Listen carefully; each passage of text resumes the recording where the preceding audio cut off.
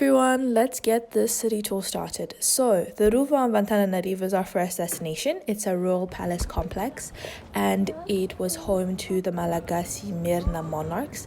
Mirna is simply just an ethnic group here in Madagascar. They were the most powerful ethnic group at the time, and the Mirna monarchs lived inside the Ruva from the 17th century up until French colonization in 1897. It's built on the highest hill in Antananarivo on the Nalamanga Hill, and it has such a beautiful view, like so beautiful. Some key buildings in the Ruva is the Manzaka Miadana, which is the Queen's Palace. Then there are also some royal tombs and other sacred buildings.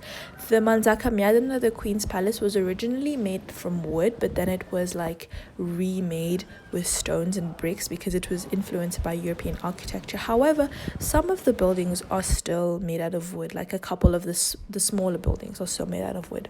Also, by the way, there was a fire in 1995, and then it severely damaged the Ruva, and then it was only reconstructed recently, and now it has the UNESCO World Heritage status, which I think is pretty cool. So this is a neighborhood called Anusat, and it's a neighborhood on the outskirts of the city. Definitely not downtown. As you can see, it's a little bit underdeveloped. Doesn't have many like big buildings, and it's actually a little bit unsafe because it's like the people that live here are usually people in the lower middle to low income bracket, and so it's obviously like unsafe because with poverty comes crime. And thankfully I could get some videos from the top in my gym, so that was great. But yeah, now this is downtown, right? This is Centre-ville. Centre-ville is what downtown is in Antananarivo, right? So Centre-ville is made up of Souaran, Analakil, and l'Avenue de l'Indépendance, right? So this is Analakil, this is l'Avenue de l'Indépendance, right? This, l'Avenue de l'Indépendance, just means the Avenue of Independence. This is where we got our independence from. That's why it has so much significance to people and to us.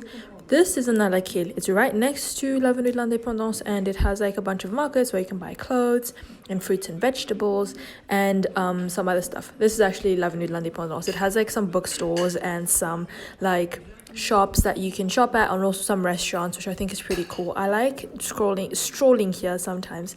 And excuse me for like the mismatched clips, because I know it was just daytime, so why is it like nighttime already? But this is just like a combination of all the clips that I found in my camera roll, and there's no particular order. I didn't take this on a particular day. I did not plan it. I just kind of put them together because this is an emergency video, as you can probably tell.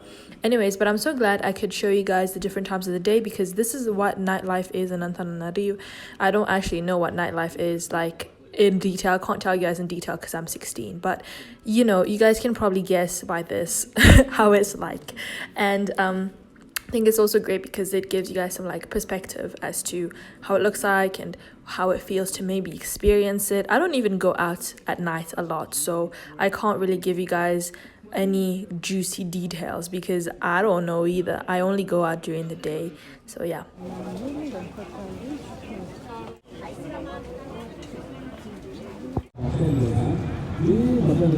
This is Masna, right? And it used to be a place of coronation, but now it turned into a stadium. And sometimes in this stadium there are expositions. Like on this day there was an expo for things that are locally made in Madagascar, and a lot of the things that they sold here, as I said, are locally made from local businesses. I don't think there were any international companies or companies that weren't from Madagascar, and they sold things that were made out of Malagasy, like traditional materials and like traditional clothes as well, and just things that really represent Madagascar.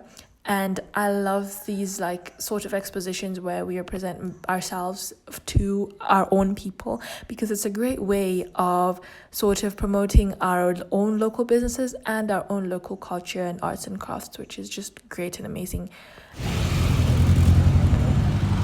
Okay, so I put together some random clips from some like many different neighborhoods together because I did not have enough clips to contextualize what I was doing and what the place was and what was happening and any historical significance that the place might have and all that stuff. So here is literally just a couple of things, couple of videos, couple of clips I put together that I think does showcase a little bit of how Antananarivo looks like, and I made sure to put like from the outskirts, from the inside, the roads.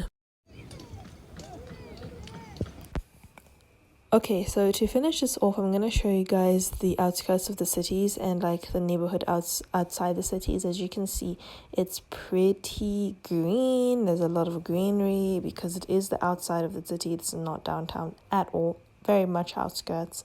And I'm pretty sure this was like called, it's like near Ambumamuritos. That was like the names of some of the near locations, but I'm not exactly sure about the exact name of this neighborhood.